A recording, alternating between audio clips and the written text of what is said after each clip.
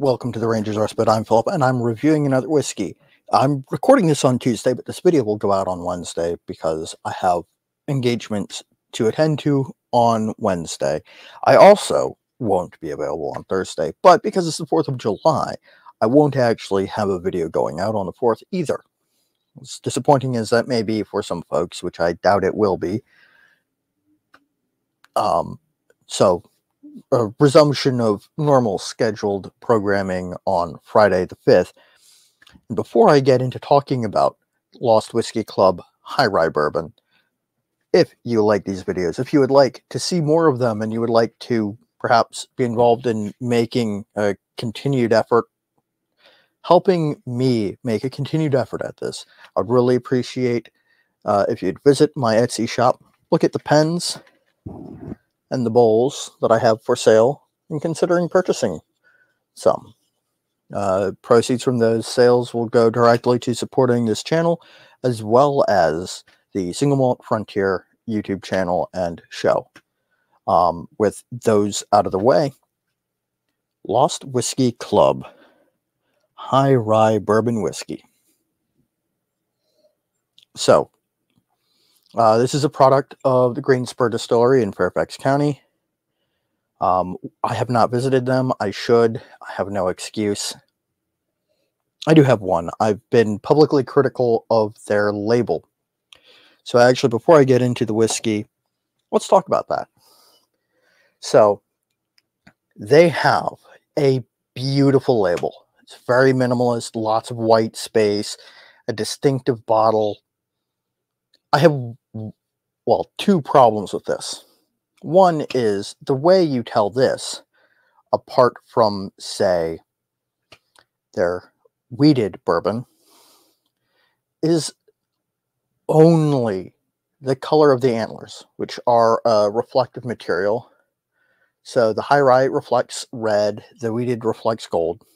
Now imagine you're me, you're short, you're looking at this on a shelf in a liquor store, and it's basically silhouetted against light. You can see that there are antlers, but you can't tell which color they reflect.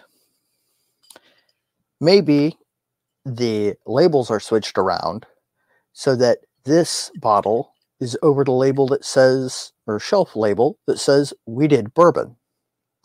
When you go and check out and look at your receipt and discover that you've purchased the high rye, which is not what you were hoping to purchase, you might be a little bit disappointed, and you might go, well, gee, did I just not read the label? And then you look at the label and you go, Lost Whiskey Club, straight bourbon whiskey, barrel number, story number.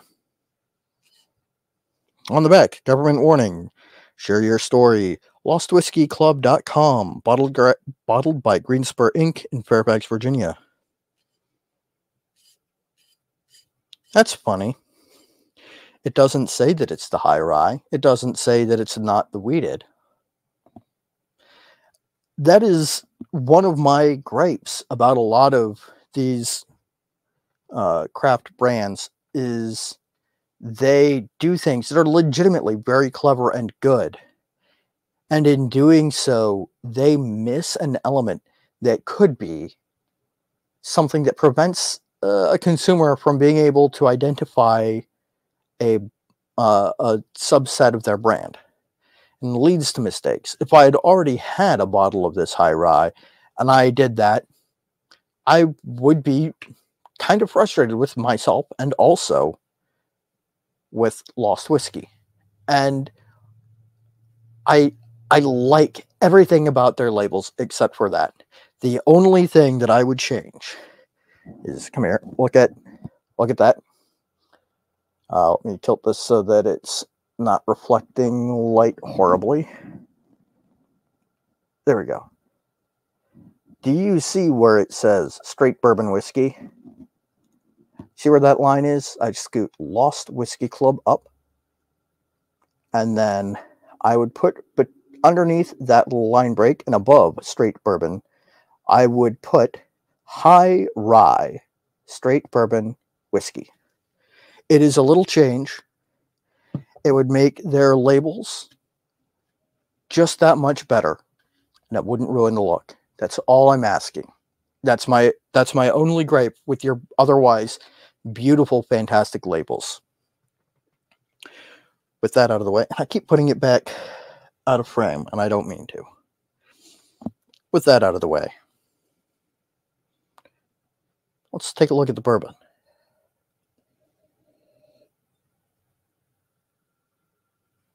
It is a familiar smelling high rye bourbon. It's got a little bit of that spice, peppercorn, cinnamon, cardamom, all over top of that soft corn profile. A little bit of barrel char.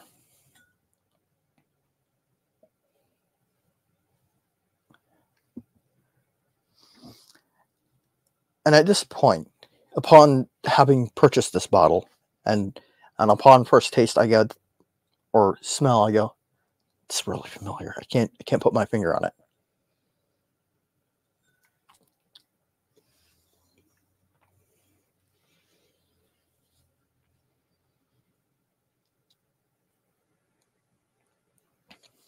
On the palate, there's a hint of menthol,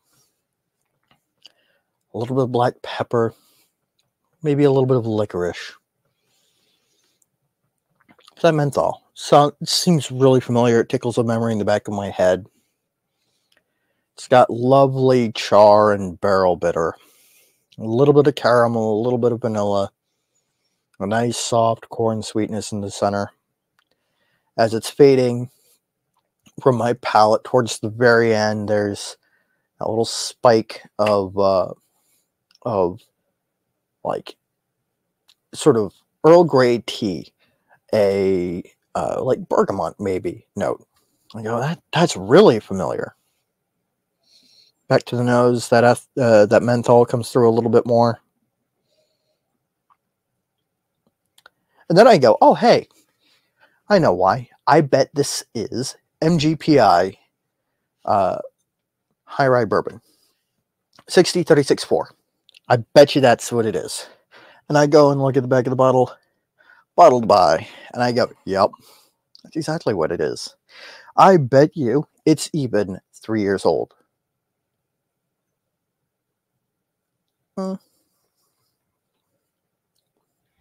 No, I stand corrected. There's no age statement. It's got to be more than 4 years old. So my guess is it's 4-year-old GPI high rye bourbon.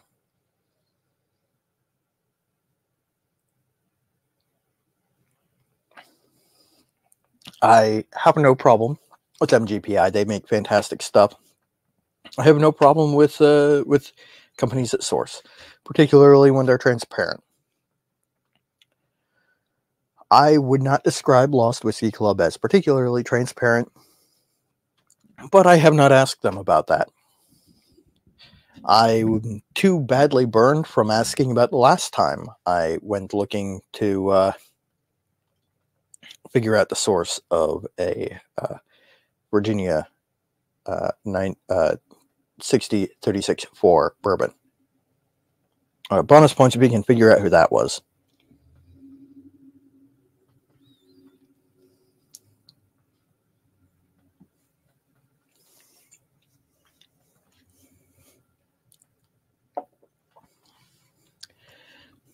It's okay.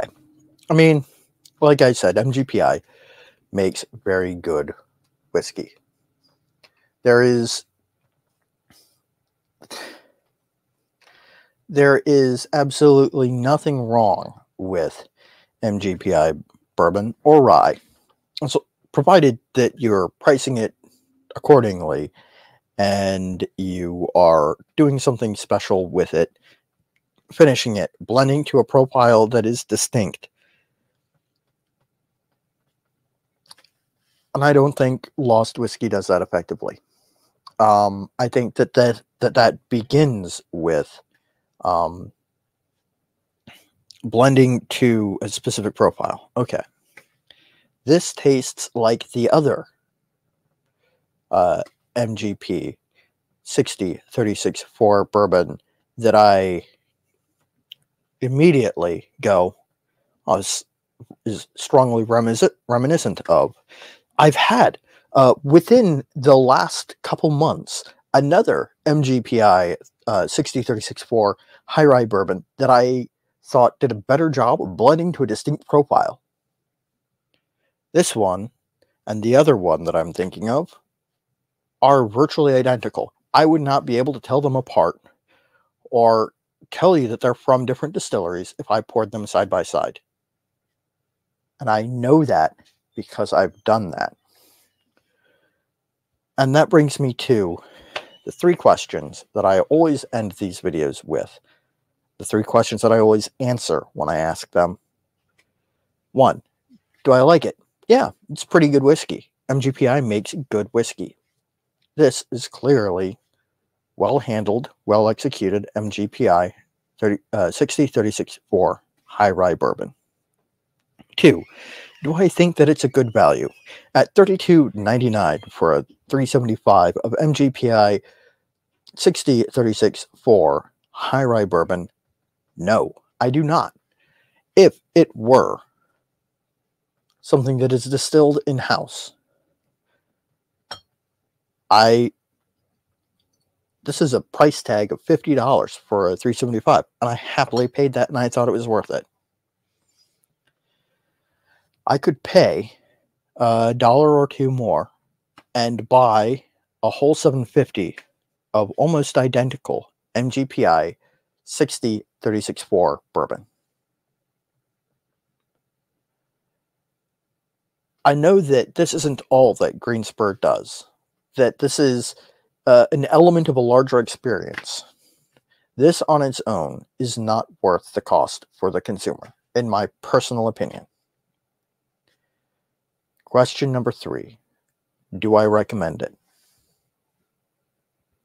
No.